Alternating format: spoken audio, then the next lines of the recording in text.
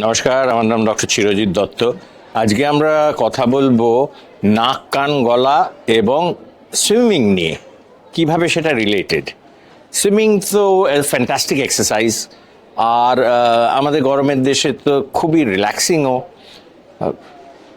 Athletic, আর এমনি হেলথের উপরে এর পজিটিভ এফেক্ট ইনর্মাস।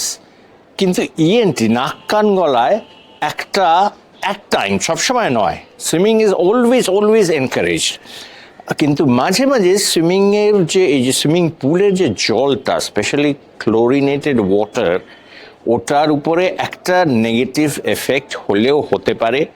কানে হতে পারে, নাকে হতে পারে, গলায় অতটা নয় যদি না জল গিলে ফেলো। তো নাকে যেটা হয়, ঝাঁঝের জন্য নাকে ভিতরে ক্লোরিনেটেড ওয়াটারটা এফেক্ট করে, ইরিটেট করে, একটা টেম্পোরারি একটা ইরিটেশন, এবং অ্যাট টাইমস একটা সাইনিসাইটিসের মতো সিচুয়েশন প্রেজেন্ট করতে পারে। কানের ভিতরে জল গিয়ে স্ট্রেট ফরওয়ার্ড কানের ইনফেকশন ক্রিয়েট করতে পারে।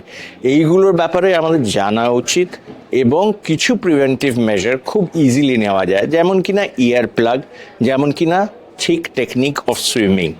এটাতেই কিন্তু সুইমিংয়ের সব ভালো দিকটা আমরা এনজয় করতে পারি,